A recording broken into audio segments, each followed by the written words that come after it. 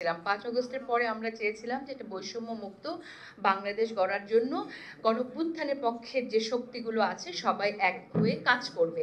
কিন্তু সেই জায়গা থেকে আমরা দেখলাম যে সেই বৈষম্য মুক্তি তো দূরের কথা, প্রত্যেকটা রাজনৈতিক দল ও সংগঠন তাদের নিজ নিজ স্বার্থ নিয়ে রাজনীতি করছে।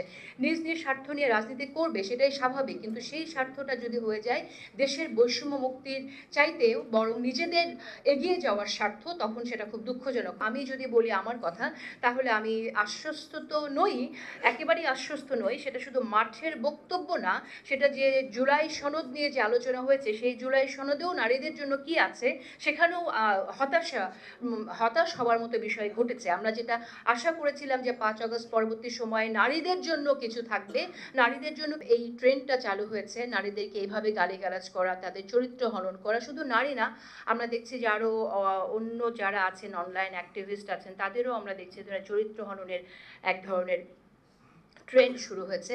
তো 5 আগস্ট পরবর্তী সময়ে তো আমরা আসলে এরকম বাংলাদেশ দেখতে চাইনি যে আপনি কথা বলার স্বাধীনতা, এর আগে আমরা দেখেছি সরকারের সময়, পতিত শেখ হাসিনা সরকারের সময় কথা বললে বিভিন্ন এজেন্সি থেকে থ্রেট দিত, রাজনৈতিক নেতারা সেখানে নানান রকম তাদের নেতিবাচক ভূমিকা আমরা দেখেছি। কিন্তু এখন যেটা হচ্ছে, এখন হচ্ছে আপনার কথা যাতে বলতে না পারে, এক ধরনের ফোবিয়া সৃষ্টির একটা প্রচেষ্টা চলছে। তো এটাতে এই জায়গা থেকে আমি বলবো যে যারা নারীরা কাজ করছেন তারা পিছিয়ে যেন না, প্রশ্ন করতে গিয়ে আপনারা ভয় পেয়ে যেন না, আপনারা প্রশ্ন করেন। আমি জানি এটা কতটা মারাত্মক, কতটা ঝুঁকিপূর্ণ এবং কতটুকু ভেঙে পড়তে পারে একজন নারী ভেতরে ভেতরে, যখন তাকে একটা প্রশ্ন করার জন্য শত শত মানুষ গালি দেয়, ট্যাগ করে করে গালি দেয়, এই নাস্তিককে কি করা উচিত, শুধুমাত্র একটি প্রশ্ন করার জন্য হয়তো এরকম গালি দিতে হতে পারে। অথচ আমরা মুসলিম এবং অপরাধ হচ্ছে একটাই, যে প্রশ্ন তোলা। তো এই একটি বিষয় যেটা আমি উল্লেখ করলাম। সুতরাং মাঠের বক্তব্যেও আশ্বস্ত হচ্ছে না, অনলাইনে যে নতুন ট্রেন্ড শুরু হয়েছে সেটা তো ভীষণ রকম ভয়ানক। এই জায়গা থেকে আমাদের মুক্ত হইতে হবে, সবাই একসাথে ফাইট করতে হবে। আমি একটি বিষয় একটু উল্লেখ করতে চাই। পিয়ার নিয়ে যেহেতু কথা হচ্ছে, পিয়ারের ব্যাপারে নিম্নকক্ষে পিয়ার তো প্রশ্নই আসে না। পিয়ার আসলে প্রশ্ন আসে না কি জন্য? কারণ হচ্ছে যে আপনারা মানে বিশেষ করে যারা এই দাবিটা সামনে এনেছে, জামাত এবং জামাতের সাথে ইসলামিক কতগুলো দল এই দাবিটা সামনে এনেছে। কিন্তু জামাত ইসলামের রাজনীতি আমরা যদি দেখি, এটি ক্যাডার বেস একটা পলিটিক্যাল পার্টি।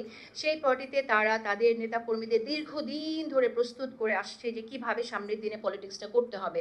যখন শেখ হাসিনার সাথে লড়াই করতে গিয়ে অনেক দলের অনেক নেতাকর্মী ঢালাওভাবে গ্রেফতার হয়ে গেছে, তখন আমরা দেখেছি যে জামাত ইসলাম এবং ছাত্র শিবিরের অনেক নেতাকর্মী তারা সুপ্ত হিসেবে রয়ে গেছে, সুপ্ত হিসেবে থেকে তারা প্রস্তুতি নিয়েছে। তো এই প্রস্তুতির পার্ট হিসাবে যদি আমি বলি যে জামাত ইসলামী যদি পিআরই চাইতো, তাহলে প্রস্তুতির পার্ট হিসেবে পিআর কি জিনিস তা সাধারণ মানুষ জানে না কেন, তার দলের নেতাকর্মী কেন জানে না? যখন তারা একটা সমাবেশ করলো পিআরের দাবিতে, তারা বিভিন্ন জায়গা থেকে কর্মীরা এসেছে, তাদের প্রশ্ন করা হয়েছে পিআর কি, বলে যে পিআরের দাবিতে এসেছে। পিআর কি? তো ওনাকে জিজ্ঞেস করেন, মানে সে জানেই না। তাহলে আপনি যদি এতদিন ধরে পিআর চান, তাহলে আপনি এটা আপনার নেতাকর্মীকেই কেন শেখান নেই যে পিআর কি জিনিস? আপনি সব শেখাতে পারলেন কিন্তু পিআর শেখাতে পারলেন না। তো সুতরাং এটা হচ্ছে, আমরা দেখছি যে নির্বাচনকে অনেকেই মনে করছে যে নির্বাচনকে পেছানোর জন্য এখন শেষ সময়ে এসে যে এই পিআরের দাবি সামনে এসেছে। উচ্চকক্ষেও পিআর নিয়ে আমার মনে হয় যে উচ্চকক্ষেও যদি পিআর পদ্ধতিতে যায় তাহলে একটা ইমব্যালেন্স হতে পারে নিম্নকক্ষের সাথে। সুতরাং এই বিষয়গুলো অবশ্যই ভাবার আছে।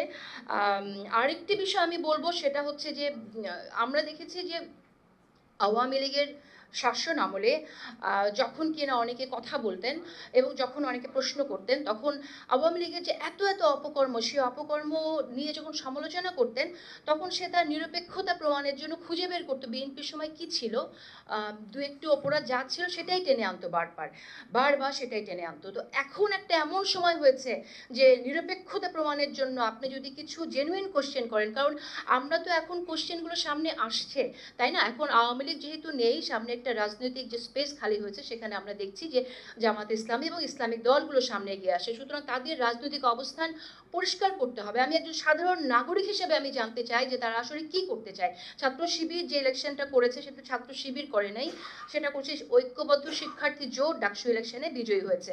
কিন্তু আমরা দেখলাম যে সেটাকে ছাত্র শিবিরের বিজয় হিসেবে ট্রিট করা হচ্ছে।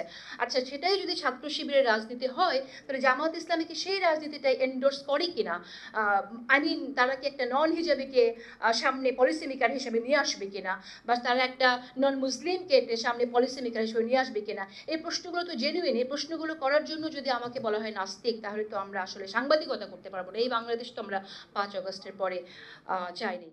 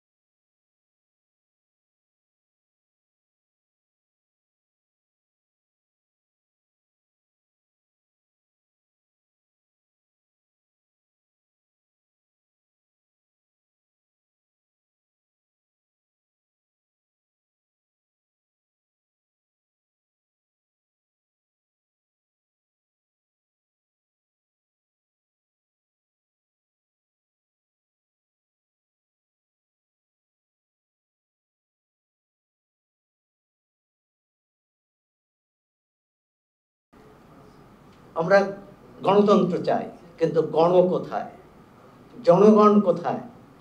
আমরা যারা আলোচনা করছি, স্বৈরাচারের পতন ঘটিয়েছি এবং যারা গণতন্ত্রের অভিমুখে যাত্রা করছি বলে দাবি, তাদের সঙ্গে জনগণের, বৃহত্তর জনগণের, দেশের খেটে খাওয়া মানুষের, দেশের মেহনতি মানুষের সম্পর্ক খুব ভঙ্গুর। এই গণ অভ্যুত্থানে সাধারণ মানুষের অংশগ্রহণ ছিল সবচেয়ে বেশি, তাদের আত্মদানও ছিল বেশি। এককভাবে তারাই বেশি জীবন দিয়েছে, কিন্তু তারা গণতন্ত্র বোঝেন না, ভোটও বোঝেন না, তারা শুধু তাদের অস্তিত্ব রক্ষার কথা বোঝেন। আমরা গত 1 বছরে এখানে প্রখ্যাত অর্থনীতিবিদরা আছেন, তারা বলতে পারবেন যে গত 14 মাসে অর্থনৈতিক অবস্থা কতটা নিচে নেমেছে। বেকারত্ব বেড়েছে, আমাদের পূর্ববর্তী বেকারত্ব বেড়েছে, দারিদ্র বেড়েছে। তাহলে এই অভ্যুত্থানের সাফল্য কোথায়? আমরা একটা ব্যবস্থা তৈরি করতে পারিনি। আমরা প্রতিবারই কিন্তু স্বৈরতন্ত্রকে পরাস্ত করি, কিন্তু গণতন্ত্রকে জয়ী করতে পারি না। এবারে পারবো কিনা সেটি নির্ভর করছে রাজনৈতিক নেতৃত্বের উপর। আমরাই কিন্তু দায়িত্ব দিয়েছি যে রাজনৈতিক নেতৃত্বের ব্যাপারে একটি সিদ্ধান্তে আসবেন, কিন্তু কেন তারা পারছেন না? কোথায় সমস্যা? পিআর না ডিআর না সিআর? এই সমস্যাটি চিহ্নিত করতে হবে। বর্তমান ব্যবস্থায় ফেব্রুয়ারিতে যদি আমরা নির্বাচন চাই, পিআরের কোনো সুযোগ নেই। বর্তমান পদ্ধতিতে নির্বাচন করতে হবে। সুতরাং পিআর কারো দাবি হতে পারে, জনগণ যদি সমর্থন করে, আর সেটি পরবর্তী জাতীয় সংসদ সেটি নির্ধারণ করবে। এবং আমি মনে করি যে একসঙ্গে, অনেকেই আলোচনা হয়েছে, একসঙ্গে জাতীয় সংসদ নির্বাচন এবং গণভোট হওয়া সম্ভব নয়। গণভোটকে আমরা ওই ঝুঁকিতে ফেলে দিতে পারি না, আর 24শে জুলাই সনদকে আমরা ওই ঝুঁকিতে ফেলে দিতে পারি না।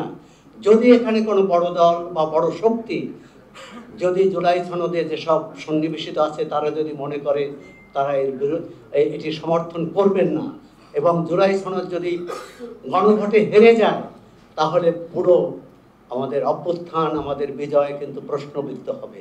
সুতরাং নির্বাচনের সঙ্গে জাতীয় সংসদ বা বা জুলাই সনদের অন্য অভিপ্রায়ের সঙ্গে গণভোট সন্নিবেশিত করা কতটা যৌক্তিক সেটি ভেবে দেখবেন। গণমাধ্যমের একজন কর্মী হিসাবে বলবো, গণমাধ্যম স্বৈরাচারের আমলে যেমন ভয় ভীতিতে ছিল, এখনো ভয় ভীতিতে আছে। ক্ষমতাকে তখনও প্রশ্ন করা যেত না, প্রশ্ন করলে জেল জুলুমের শিকার হতে হতো। এখনো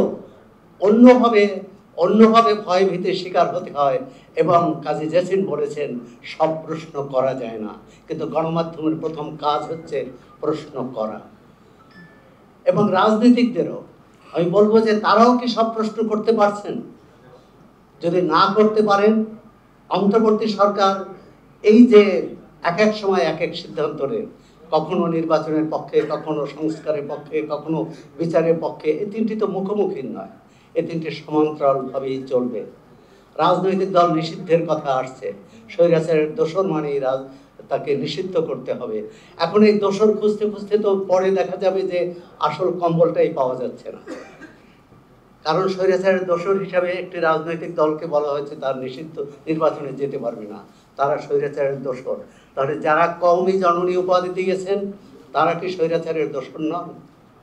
সুতরাং দোসর খুঁজতে খুঁজতে আমরা এমন পর্যায়ে না পৌঁছাই যাতে আর ভোটেরই প্রয়োজন হবে না। সুতরাং একটা জায়গায় আসতে হবে, রাজনৈতিক নেতৃবৃন্দকে সিদ্ধান্ত নিতে হবে যে ফেব্রুয়ারিতে নির্বাচন হতে হবে।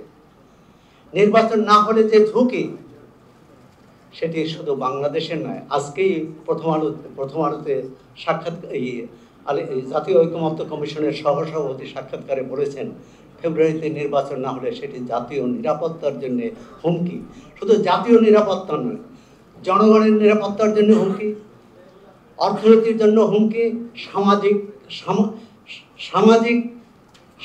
সামাজিকতার জন্য হুমকি, এবং গণতন্ত্রের জন্য তো হুমকি বটেই।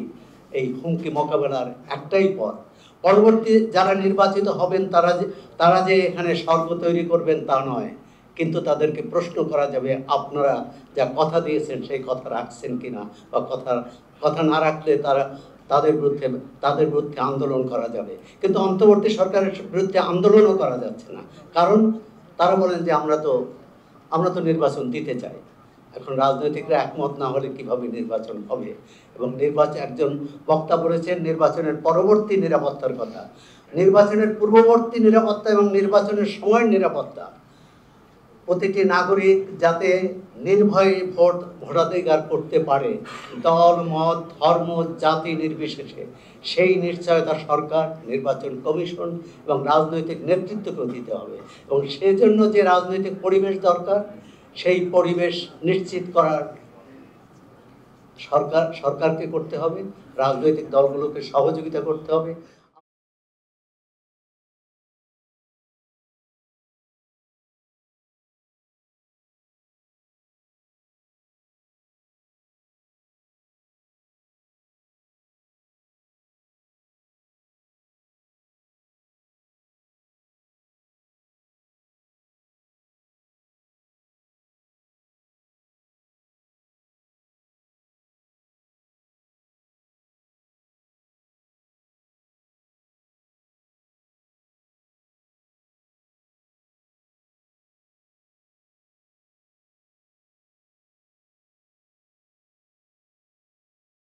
অনেকের প্রত্যাশা আছে সংস্কার, বিচার এবং নির্বাচন।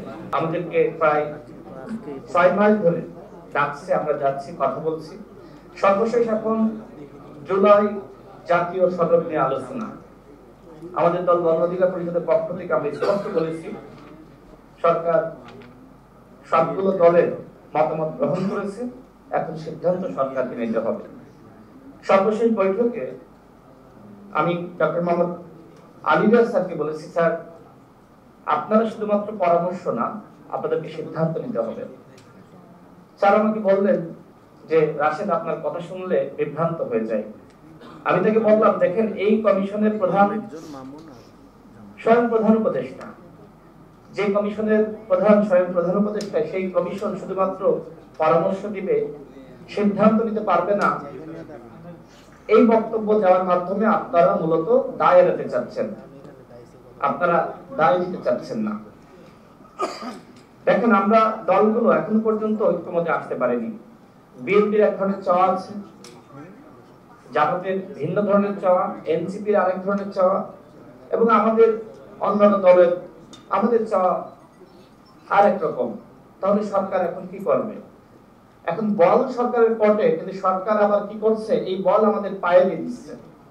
তার মানে জাতীয় ঐক্য সম্ভবপর হবে না, জুলাই সনদ নিয়ে ঐক্য সম্ভবপর হবে না। মানে আমরা যদি এইভাবে আবার নিজেরা আলোচনা করি, সর্বশেষ যে আলোচনা সেখানে আমরা ঐক্যমতে আসতে পারিনি। এর জন্য আমাদের দলের পক্ষ থেকে আমরা সরকারকে আহ্বান জানিয়েছি, ঐক্যমত কমিশনকে জানিয়েছি। এখন সিদ্ধান্ত আপনাদেরকে নিতে হবে। আমরা 9টি দল বসেছিলাম, এখানে জোনায়েদ সাকি ভাই উদ্যোগ নিয়েছিলেন। আমরা মোটামুটি একটা জায়গায় এসেছি যে একই দিনে জাতীয় নির্বাচন এবং গণভোট, এবং বিএনপির পক্ষ থেকে আমরা সর্বশেষ আলোচনায় দেখলাম বিএনপির স্থায়ী কমিটির সদস্য জনাব সালাউদ্দিন আহমেদ, তিনিও এই বিষয়ে ইতিবাচক বক্তব্য প্রকাশ করেছেন। তার মানে একটা জায়গায় আমরা মোটামুটি একমতে আসতে পেরেছি। আপনারা খেয়াল করে থাকবেন যে তারা কিন্তু শুরুতে সরকারকে ব্যাপকভাবে সমর্থন দিয়েছে, এবং আমরা যখন সমালোচনা করেছি তখন আমাদেরকে নিষেধাজ্ঞা করা হয়েছে।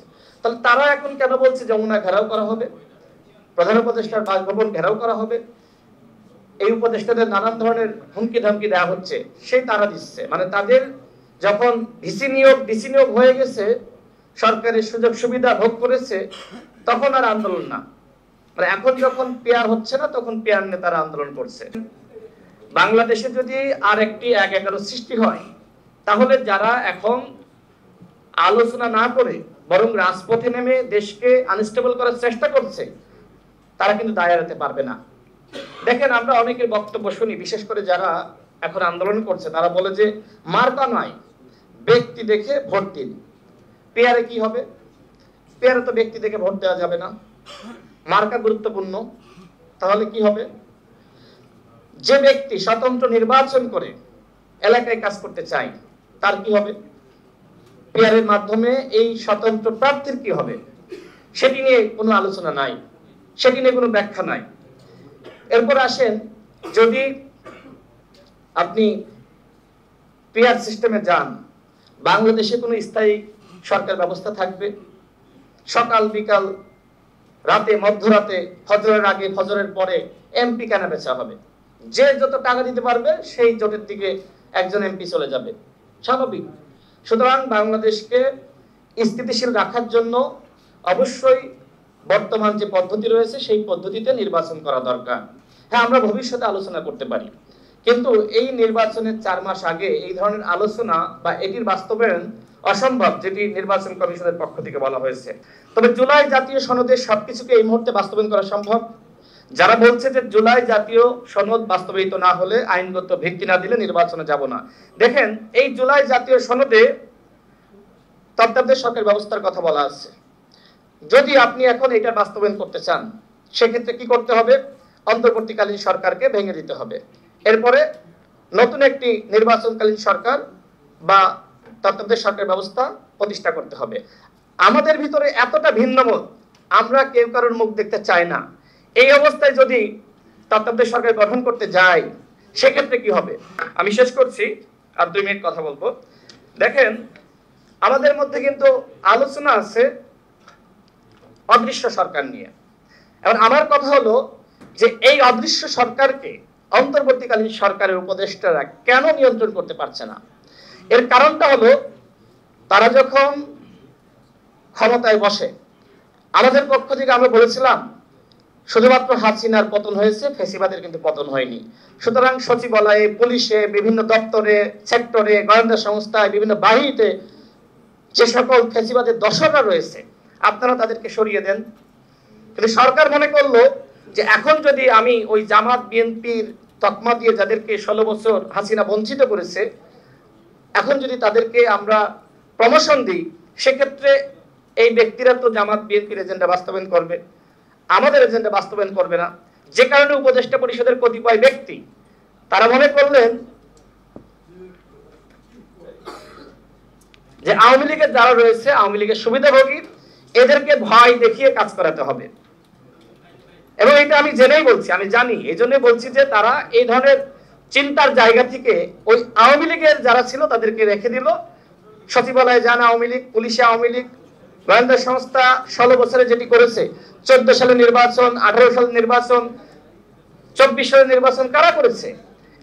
একজন সিএসি তো বলেছে যে গোয়েন্দা সংস্থা করেছে। সেই গোয়েন্দা সংস্থার পরিবর্তন না করে, পুলিশের সংস্কার না করে, এই আমলাদেরকে সংস্কার না করে আপনি কি নির্বাচন করতে চান? আমি জানি না বিএনপি এই বিষয়ে আমার সাথে একমত হবে কিনা। বর্তমান যে প্রশাসনিক কাঠামো রয়েছে, এই প্রশাসনিক কাঠামোর মাধ্যমে কোনোভাবেই সুষ্ঠু নির্বাচন সম্ভবপর নয়। সুতরাং অবশ্যই নির্বাচনের আগে নির্বাচনী পরিবেশ তৈরি করার জন্য এই ফ্যাসিবাদের দর্শকদেরকে চিহ্নিত করে তাদের বিরুদ্ধে ব্যবস্থা গ্রহণ করতে হবে।